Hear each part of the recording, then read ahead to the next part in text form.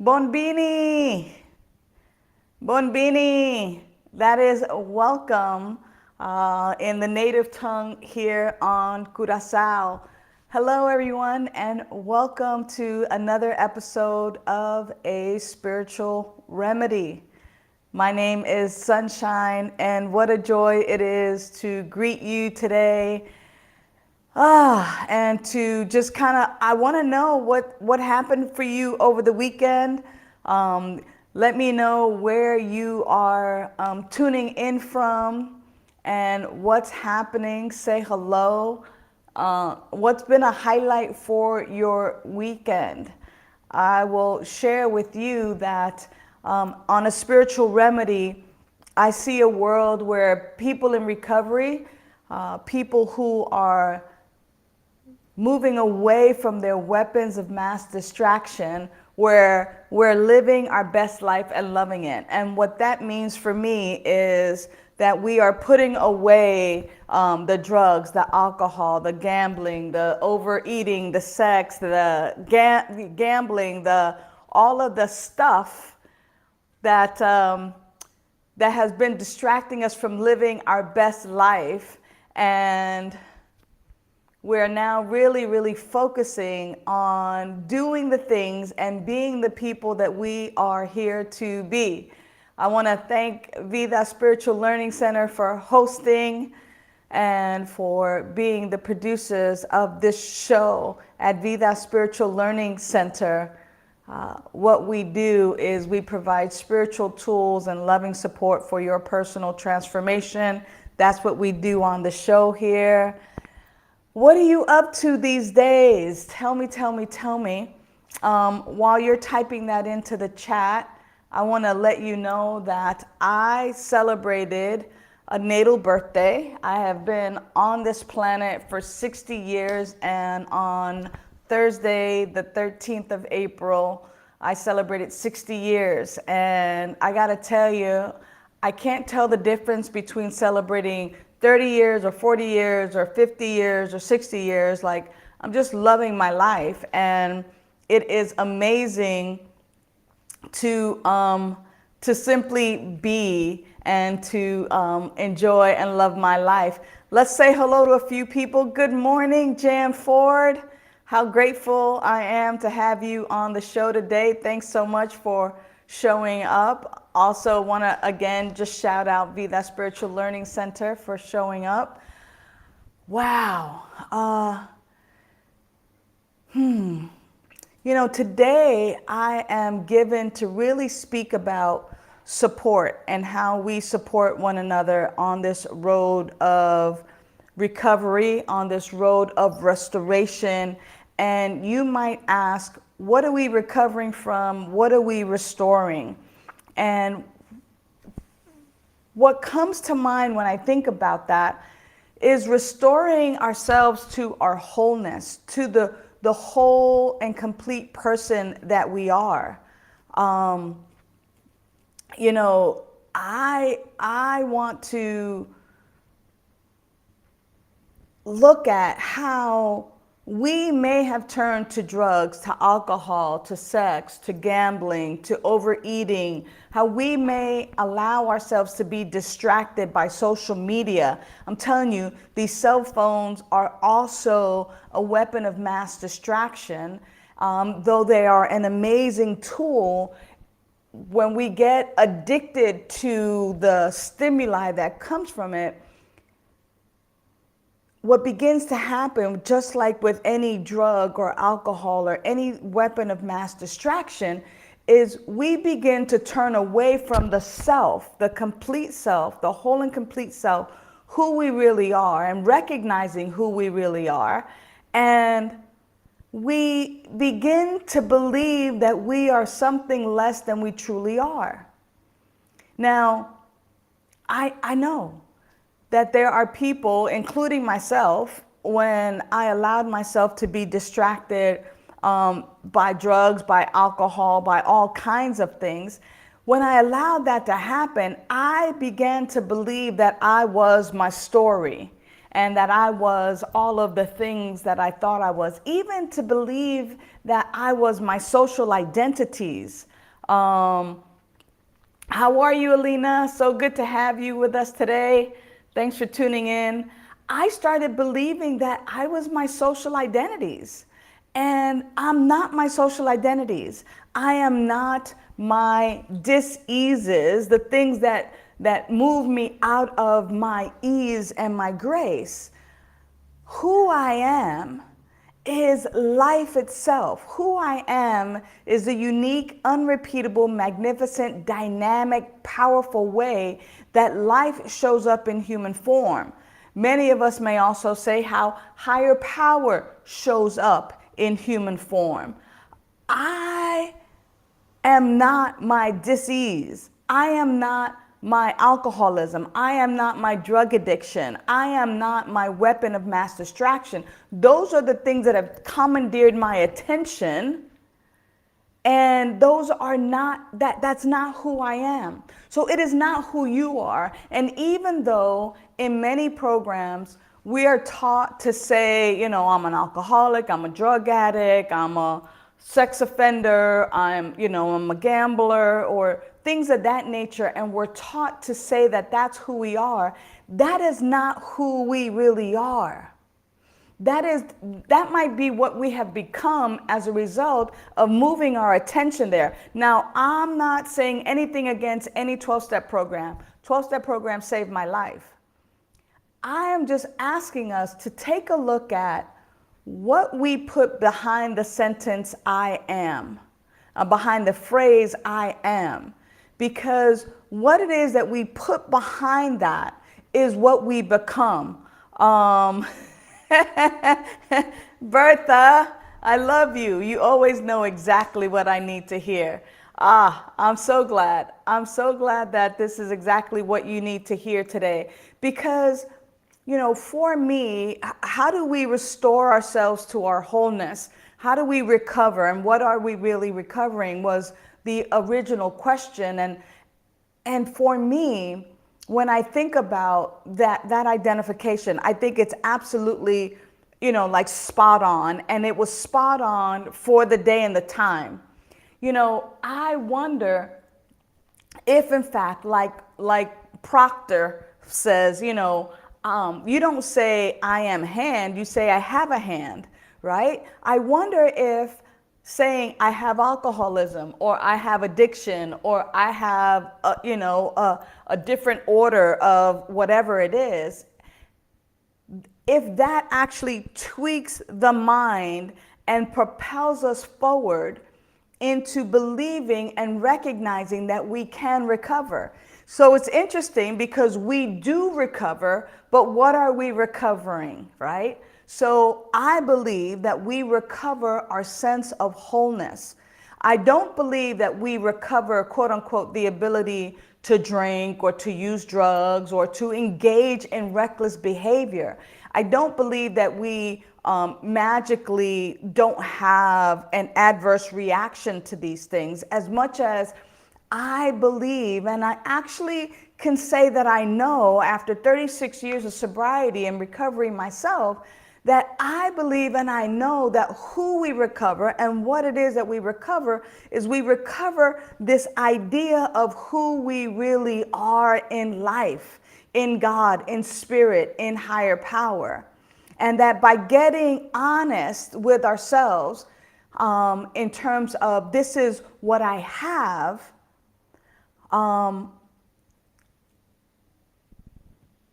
that we actually, there's a differentiation. I love what Alina, thank you, Alina, what you're saying here is like, I love, therefore I am, right? So I love that. And then Bertha, what Bertha is saying here, not I am sad, instead, in this moment, I feel sad. Interesting how even in that terminology, how I'm feeling sadness right now. I feel sad, or I feel happy.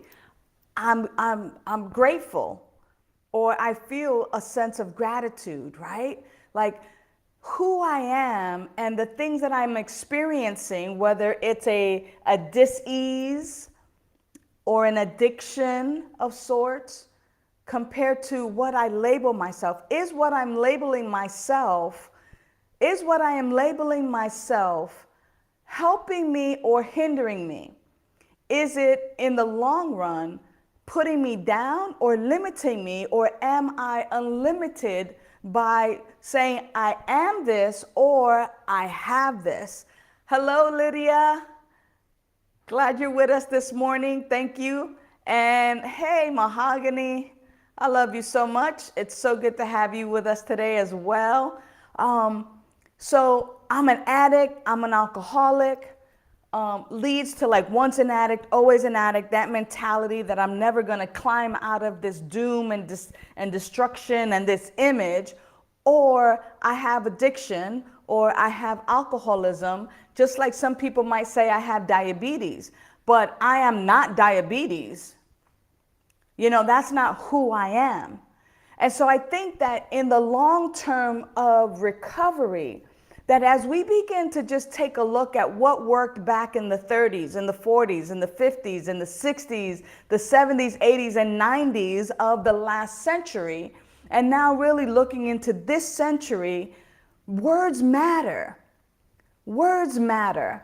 And am I limiting myself by calling myself an alcoholic or an addict? And how do I really recover if I'm constantly labeling myself that with a meaning behind it, as if I can never really recover? Because what I do recover is my full self. Now, of course, in all kinds of recovery, what we get an opportunity to do, right? The spirituality behind all of this, for me, is recognizing a higher power, recognizing life, recognizing the perfection that is life. And so even for a moment of just entertaining life, I'm here on this beautiful island of Curacao in the Dutch Caribbean, near Aruba and Bonaire. And life here is very, very slow. It's very peaceful. It's very hot. I don't know if you could tell that I'm sweating a little bit. And I'm enjoying my life. I'm enjoying life. There's a meeting here once a week on Thursdays. Once a week on Thursdays, right? Now, this idea of spirit, of higher power, of life, when I recognize that there is a power and a presence and a creative intelligence that has created everything, that has created the galaxy and the sun and the sky and the ocean and all of the animals, when I recognize and I pause for a moment to be in awe of whatever the power and presence is that has created everything, right? It had to create everything out of itself, because there was nothing else to create from other than itself. Otherwise, there would have been the power and then something else. Whereas most major religions and philosophies are very clear that in the beginning, whatever the beginning was, the beginning when we started counting time, that there was only this infinite power and presence. And that from that infinite power and presence, whether it was the Big Bang, whether it was some act of involution, it created everything out of itself. The water, the mountains, the grass, all of the animals in the sky and in the sea and on the land and in the galaxies. It created everything out of itself. Therefore, everything, just like it has been proven scientifically that the stuff that the stars are made out of, we're also made out of the same thing. Therefore, this idea, right? This idea that recover, like what I recover from, is that I recover to recognizing that I am one with this power and presence. I love what Jan is saying right here, because she takes us right back to the book here, and it says, I've recovered from a hopeless state of mind, right? And body, I've recovered from a hopeless state of mind and body. I am no longer hopeless. I am no longer helpless. The hopelessness has been removed, and I am now open for all good possibilities Spirit has to offer. Hello. Hello, that's what I love about the show, is that you get an opportunity to be heard, to be seen, to participate, and that together in this spiritual learning community that we help each other out. I have recovered from a seemingly hopeless state of mind and body.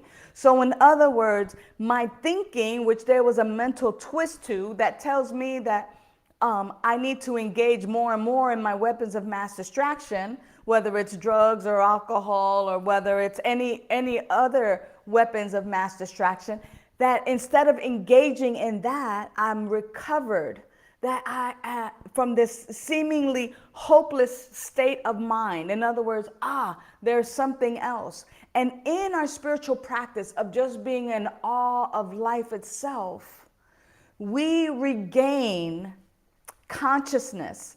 And by that I mean we regain a relationship with life. And we recognize our oneness in life, our oneness with all of life. That I am not separate from you and you're not separate from me, that we are indeed one. That I get this opportunity to recognize that now there's a bug in here. That I get this opportunity to recognize that my life and the life of the bug is one. It bothers me right now, but that spirit, that life that bug has and the life that I have is the same life. And being in awe of that and recognizing that, it's like, whoa. I have within me, and I am a power and a presence and a force. And I can choose to be distracted by these other things, or I can bring my attention to this power and presence and allow myself, as Jan stated, to be open for the possibilities that Spirit has to offer, that life has to offer me. I become open and available. And so in this moment, let's just pause wherever it is that you are and breathe and recognize that you are life. You don't have life. You are life. You are life itself. You have a name, you have a body, but the infinite intelligence that created everything is your very life. And just simply now become open and available to life. Become open and available and just, life, show me the best possibility I can have. Show me how to let go of these weapons of mass distraction. Show me what an amazing life looks like. Show me peace. Show me love. Let me discover that within myself. Let me discover that I don't need any addition to me to be whole, perfect, and complete.